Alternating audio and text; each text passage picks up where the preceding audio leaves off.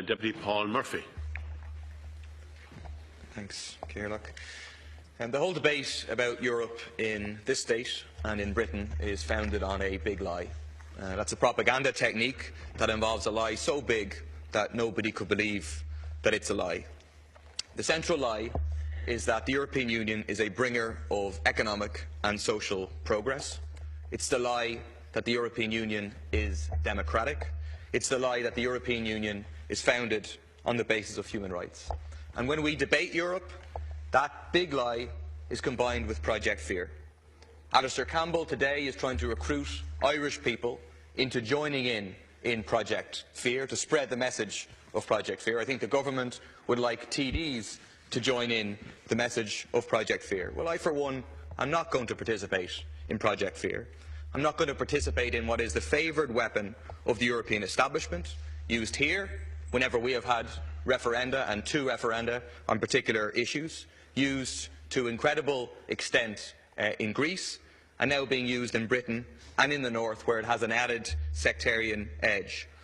We don't accept the central line of Project Fear that if you do not go along with the neoliberal orthodoxy and the undemocratic nature of the European Union, that disaster will unfold.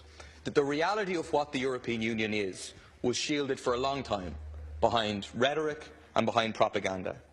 However, while it might not be clear to many people here, that facade has been crumbling, and the reality has been gradually being laid brutally bare over the course of the crisis because of the actions of the EU institutions. And it is now rightly clear to whole numbers of people that the Europe we have is not one of democracy, is not one of human rights, but one of institutionalised austerity, one of attacks on workers' rights, and one of war and racism.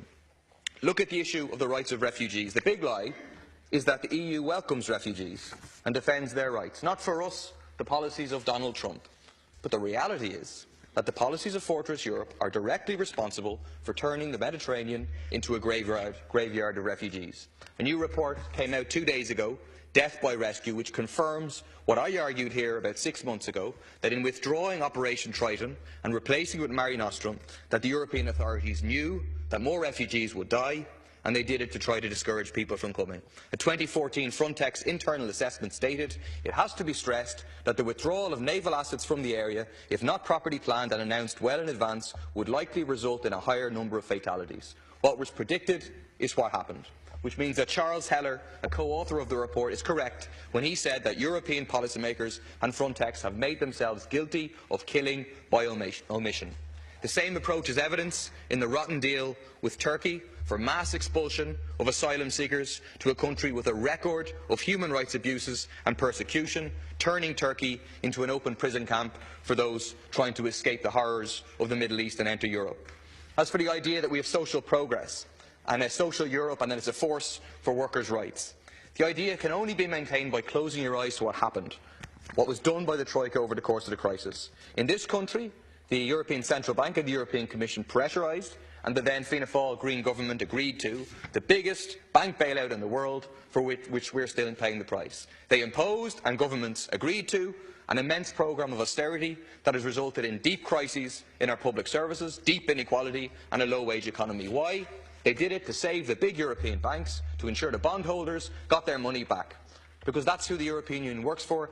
It's a club for the bankers, for the bondholders, for big business. They did the same with Greece, to even more horrifying consequences with Spain and with Portugal. The result is a humanitarian catastrophe in Greece, wages cut by 1/3, public services cut by 1/4, widespread poverty, every single index of deprivation completely off the charts. And it hasn't worked to resolve the crisis, but has worked for who it was meant to work, which is the 1% in Europe.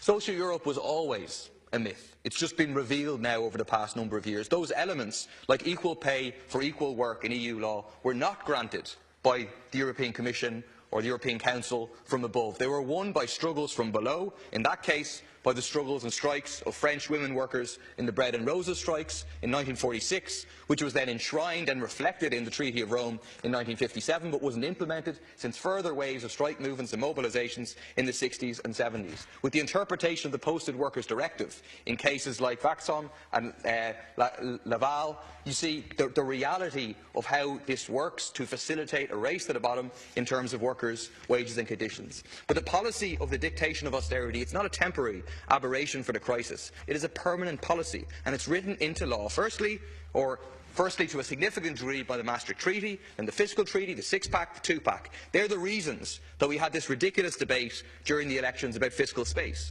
That's the almost non-existent space within the right-wing, neoliberal, Thatcherite EU rules, which say the policies that we can implement that stay within those rules. So with optimistic growth projections, they were able to say perhaps there was up to 10 billion to put back into public services when 40 billion was taken out in the course of the crisis.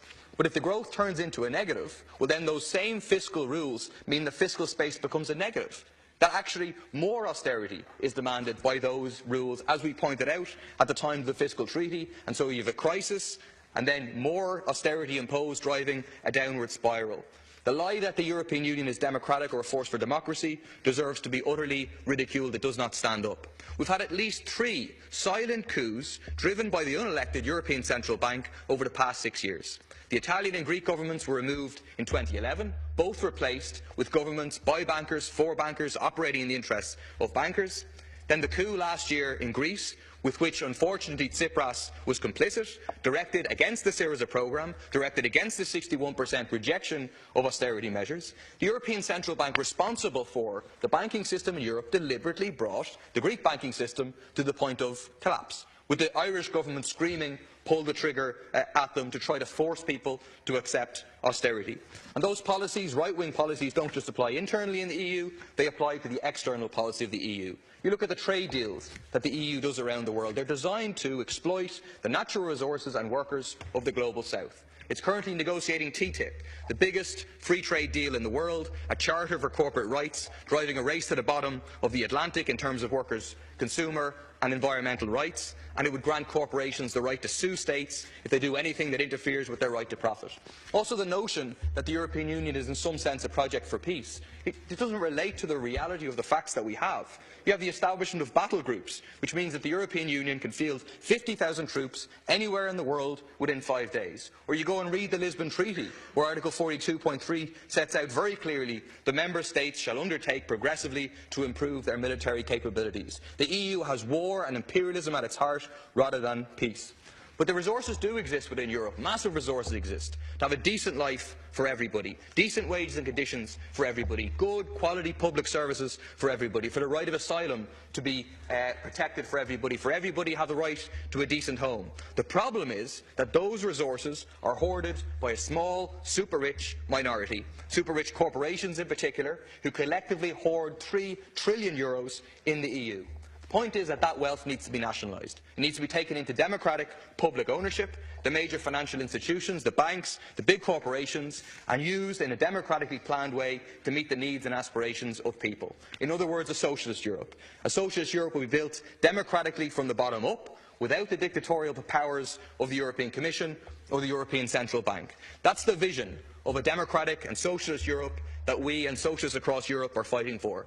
Obviously, when people go to the polls for this referendum in Britain and in the North, there will be no option of voting for such a socialist Europe. The choice is for or against this Europe of austerity, of war, of racism, and therefore socialists in Britain and in the North, including the Socialist Party, are campaigning against this right-wing Europe as a way of removing barriers to socialist change. They have zero in common with the right-wing Tories and UKIPers who unfortunately have been allowed to dominate the Leave campaign. Their vision of a more neoliberal, more anti-immigrant, more anti-worker Britain out of the European Union is an anathema to socialists. But instead, socialists see this as an opportunity to take out 2 barriers to socialist change: Tories on one side and the European Union and their restrictive rules on the other.